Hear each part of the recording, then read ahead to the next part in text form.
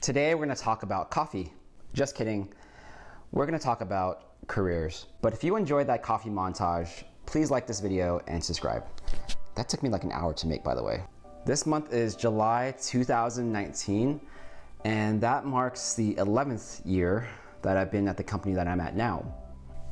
And I've always considered this place my dream company, and to most extents, this has been my dream job. So I don't take any of that for granted. So it's no secret that career and work takes up a majority of our lives. So that's why I think it's so important that we critically think about the part that work plays in our lives. So in my time, I've given hundreds of pieces of advice, but to celebrate 11 years, I'll tell you about 11 of those things. So the first piece of advice that I've held on to almost too idealistically at sometimes is to follow your passion. And I know that sounds super cliche, but I've actually evolved that a little bit over time. So my advice to you is yes, understand what your passions are, but don't let them completely drive you. You need to make smart decisions along the way in your career. While I totally agree that passions often lead to your best work, passions may often lead you to dead ends. So my advice is don't blindly follow your passions, but rather always bring them along with you for the ride. The second piece of advice has to do with work-life balance. I want you to think carefully about how you think about that term, work-life balance. And something that's really helped me in the last couple of years is switching those two terms around, where life comes first and work is second in that statement. It achieves the same way of thinking where you know you have to spend a lot of time at work, but 9 times out of 10, life is more important than anything happening at work. So when I think back to earlier in my career, work-life balance wasn't a thing. I invested like all of my energy, all of my soul into work because that's what I thought I had to do to succeed. And when you're younger, I think that's perfectly okay. You're gonna have to make sacrifices to get ahead in your career, but make those choices earlier on in your life because sacrifices later on are so much harder to make, and trust me on that one. Number 3 on this list is don't be afraid to fail. Even to this day, failing is something that I'm afraid of, but it's like the biggest catalyst to learning more about yourself. When you don't know something, don't be afraid to ask for help. By asking for help, maybe you feel like you're not good at your job, but realistically, you don't know everything. And the people around you want to help. They want to see you grow. They want to learn and work with you. So reach out to others. Number 4. This one is about switching roles or switching companies. Always frame up those scenarios as running towards something, not running away from this other thing. Maybe it's a better company, better title, more pay, but always make sure that it's the opportunity that you're chasing. The 5th piece of advice on this list is actually an easy one. It takes no skill. Be on time. Always be on time. By being late to something is this unconscious signal that you don't respect the other person's time, especially if you can help not being late. If you're running late to meet someone and the reason is you're finishing up an email, that's on you. I've said this before, but time is the most important asset that we have. So respect the other person's time. Advice number 6, you are smart. You know things that other people don't know.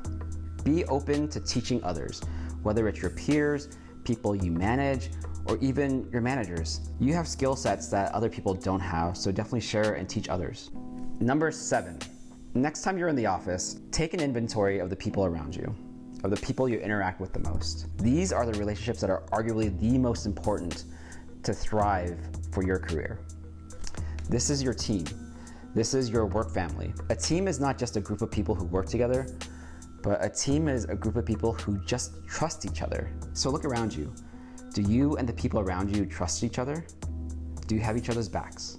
Tip number 8, speak less, listen more. Again, this might sound like a simple one, but I believe this is the key to understanding each other. When someone is talking to you, like actively listen. Like be in the moment, be in the present, listen to what they have to say and understand what they have to say.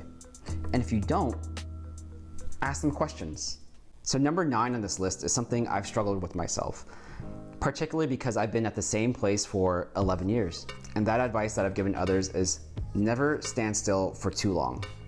And for most people in their careers, this means that they go to different companies, get new roles, learn new things out there. But for me, as someone who wanted to stay at this company for as long as I can, This meant I had to continually evolve myself internally, find new ways to innovate, find new ways to grow. Take it upon yourself to never stop learning, never stop growing. Number 10 is understanding your impact. So I know a lot of people I know think to themselves, man, I want to impact the company. I want to make the biggest impact I can. Do you know how hard that is to quantify? Yes, there will be times in your career where you'll work on this really cool project, this really big thing, where your impact just feels so tangible. But most of the time it doesn't. And I think that's where people fall into this trap of like, oh, I'm not making enough impact. I feel stuck, I feel lost. But I want you to think about, regardless of your role, regardless of your title, think about the people that you impact. How do you impact the team around you? How do you impact the people that you work with? Do you make them better at their jobs? Do you inspire them? Do you make them better people? Do you help them when they ask for your help? Quantifying how you impact these people and their lives is so much more fulfilling than trying to figure out how much you impact the company. My 11th and last piece of advice for this video is to celebrate the big milestones, but most importantly, enjoy the journey. As you progress through your career, there'll be hundreds of small victories. That new job, that new company you've always dreamed of working for, that promotion, that raise, that 10-year celebration. And as I look back, those moments were great. They were quick hits of dopamine. I felt great and accomplished. But those are just mere moments in time. But what I find even more valuable, more fulfilling, is all the experiences I've had. Every piece of knowledge that I've learned, the skills that I've developed, but most importantly, every person I've crossed paths with that hopefully I've had a meaningful impact on.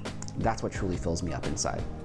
And with that, I hope you guys reflect upon your own work, your own career, and think about the part it plays in your life. Until next time, thanks for watching.